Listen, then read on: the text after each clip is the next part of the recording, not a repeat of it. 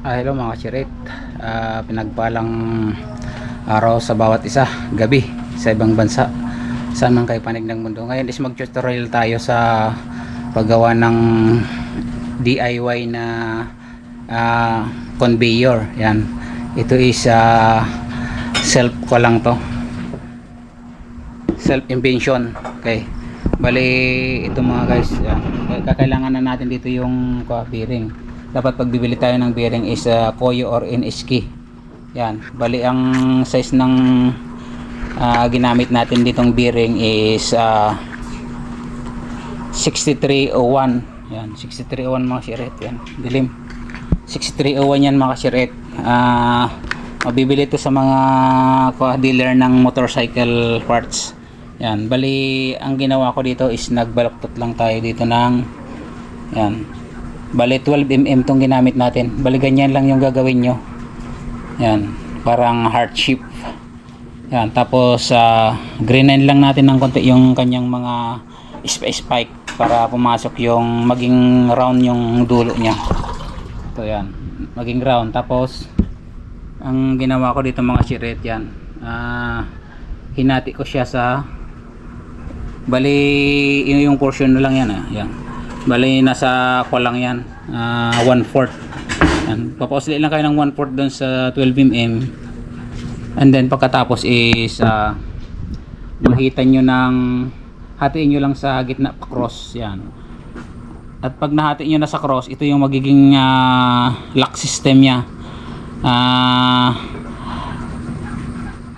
Pag nahati na is kuha lang tayo ng katulad ng mga siret. Yan, kita ko sa inyo. Wala, dito yung ginamit natin.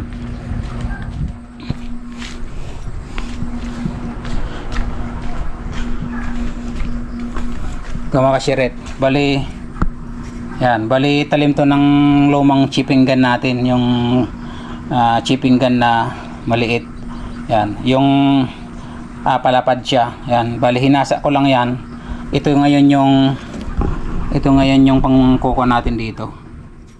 Yan, ito yung papaluin natin, tapos itatama natin doon sa hinati natin na pa-cross both way para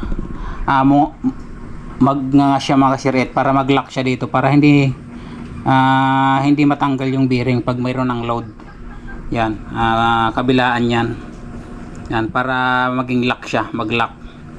Yan, pwede rin na kung medyo may budget kayo, is pwede rin na lagyan nyo ng nut, lagyan nyo ng thread. Ito kasi is DIY lang natin para magawa lang. Tapos ipakita ko naman sa inyo yung application ito kung saan to ginagamit. Bali ang gamit nito sa construction, ipakita ko sa inyo. Ito yung video. Okay, let's go. Yan, bali ito na yung mga kasiret, yung DIY natin yan. Ito yung application yan. Yan o. Bali gumawa tayo ng yung scaffolding sa construction. Nilagyan natin ng text screw sa gitna siya. Dapat ito is nakalibil yan, naka-align, pumunta doon para hindi sasabit yung gulong ng bearing. Yan, may return din tayo doon.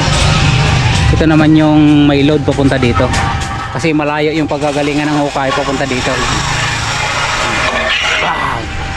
Yan, dito kasi tatapon muna temporarily yung lupa kasi doon sa loob is puno na. Okay, ang kailangan na tao dito is isa lang doon, isa dito. Yan o. Kahit sa pagbubuhos mga kasirits, napaka useful to. Pag nagbuhos tayo ng mga beam ganyan, tie beam, hindi na kailangan yung pila-pila pa yung mga workers para hakotin yung halo. Yan siya mga kasirits. Okay, let's get it on. Bali yung mga kasama natin, nag-uukay sila dito ng pundasyon. Maraming lupa na naman to kasi nasa 290 yung lalim yan. Yan naman yung pinaka tie beam nya. Mga bakal na to. Okay, let's go. Yan lang muna, Carmen Project. Yan, maraming salamat po mga ka-share sa patuloy na suporta at panonood sa ating YouTube channel. Yan, pinapakita ko lang ito mga ka-share, hindi para ipagyabang, kundi para ma-inspire yung mga ibang vlogger na magpatuloy po kayo sa pagbablog, kasi talagang pag magkaroon po kayo ng malagong channel is matutupad po ang iyong mga pangarap. Dating pangarap is nagkaroon ng katotohanan dahil po sa suporta at panonood nyo sa aking channel. Maraming salamat po. Makoy Speak TV signing off. Bye bye you.